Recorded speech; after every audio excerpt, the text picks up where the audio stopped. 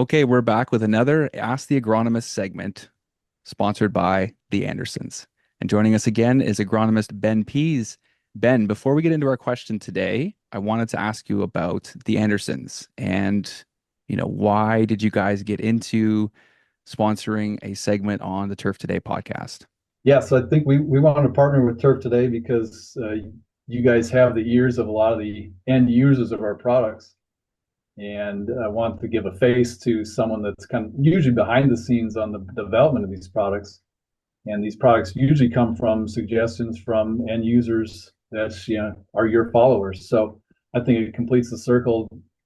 They'll know that their concerns are being met, but we're out here to educate them on the process and help some questions get answered and just put a face to the big Anderson's name and the face to some of the innovation. Not that it's all mine, but I play a part sometimes. Absolutely. Well, everybody's got a part to play, and like you said, Sure. education is huge, and that's why we wanted to get you guys involved. And innovation is a huge word thrown around our industry right now, and you guys are behind a big part of that. So talk about that for a minute as well. Yeah, so we always like to try to figure out how to add value to the products that you're going to be using every day. So, you know, we're going to go fertilize. Why not put a fertilizer with some humic in there or some carbon source as well?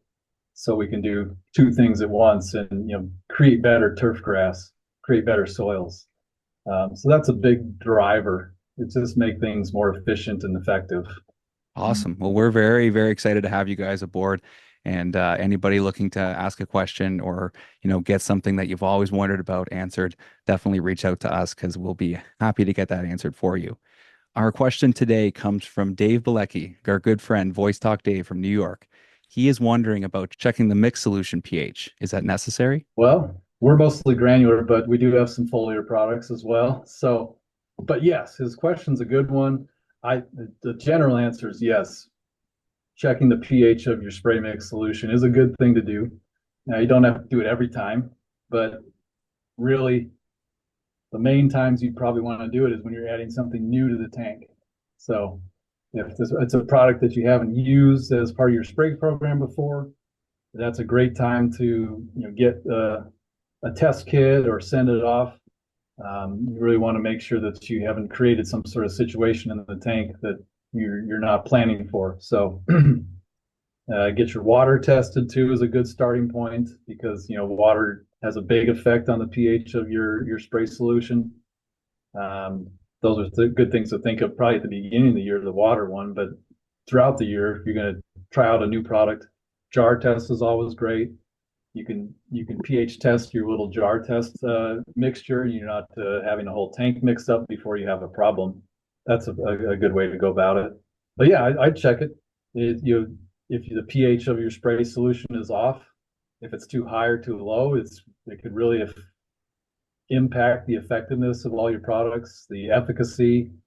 We could hit some compatibility issues. So you don't want a tank full of sludge or a bunch of clogged nozzles or filters, and we can avoid that if we, keep the pH correct.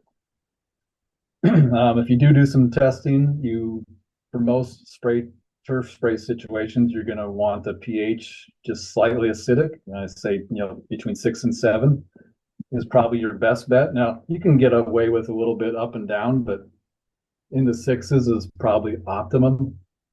When you get to those pH extremes, you could get some phytotoxicity if it's too acidic, or if it's too basic, then you're going to have organophosphates not work as well, herbicides not work as well. So keeping it towards the middle is the best idea.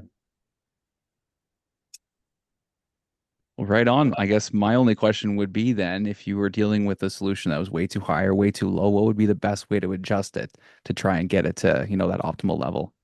Sure. So there's a lot of good products out there. So uh, basically, if your pH is too high, you got to add some sort of acidifying agent. So many adjuvant companies make good ones out there. So if all of a sudden you test and it reads 8 point something, I would highly recommend using some sort of acidifying agent to at least get it down to 7.5 or 7, something like that.